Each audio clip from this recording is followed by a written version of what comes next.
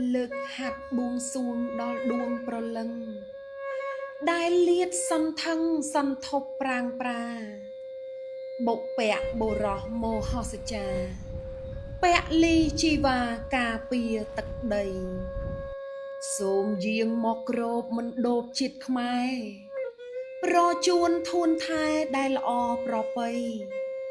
ជួយដាស់វិញ្ញាណឲ្យមានសេរីដល់តបប្រុសស្រីនាបុរីរំបងក្រាបពួកខ្មាំងតាំងខ្លួនជាមាឲ្យពួកវាវ័នទាបង្គំចោះចាញ់ក្រាញ់ក្រាបចាញ់ច្រាបភិរមបារមីគុណធំចុំប្រាងសិលាបុត្រទុំកេណោអប្សររំថ្វាយលំអោនកលកាយថ្វាយជាតិបុផាដល់ទុសបារមីនៃជាតិខេមរាកំចាត់បច្ចាឲ្យបរាអើយ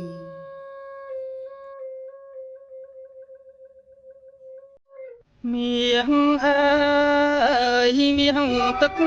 ដបមានភពកើតមករូបល្អ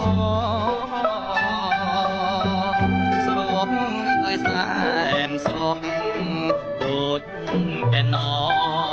មកពីសួគ៌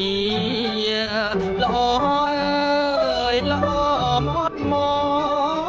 កមានឆ្កងឲ្យទួងទេសំអើយសែនសំមកស្រីនានាមកព្រៀបផ្ទឹមគ្មានលាក់បាំងអ្វីស្រីបងសពអាយอะไรជ្រុះសក់ទៅ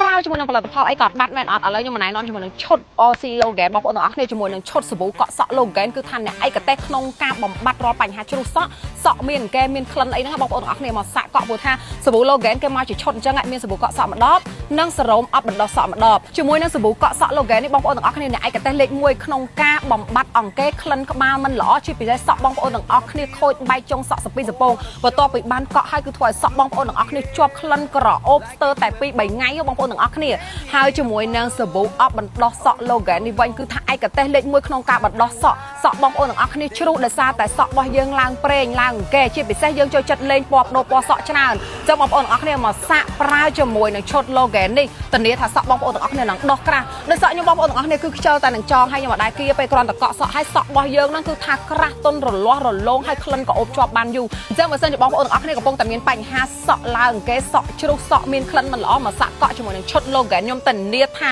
មិនដឹងតែទទួលបានលទ្ធផលល្អលើសពីការរំពឹងទុកមួយឈុតនេះបងប្អូនទាំងអស់គ្នាតម្លៃត្រឹមតែ$18ទេប៉ុន្តែអាចកក់បានយូរអាចកក់បានច្រើនគ្នាខ្លាំងមែនទែនអញ្ចឹងបងប្អូនទាំងអស់គ្នាអាចរកទិញបាននៅគ្រប់ទីផ្សារឬក៏អាចឆាតទិញនៅក្នុង account page ដែលខ្ញុំដាក់នៅក្នុងវីដេអូនេះបានណាបាយបាយ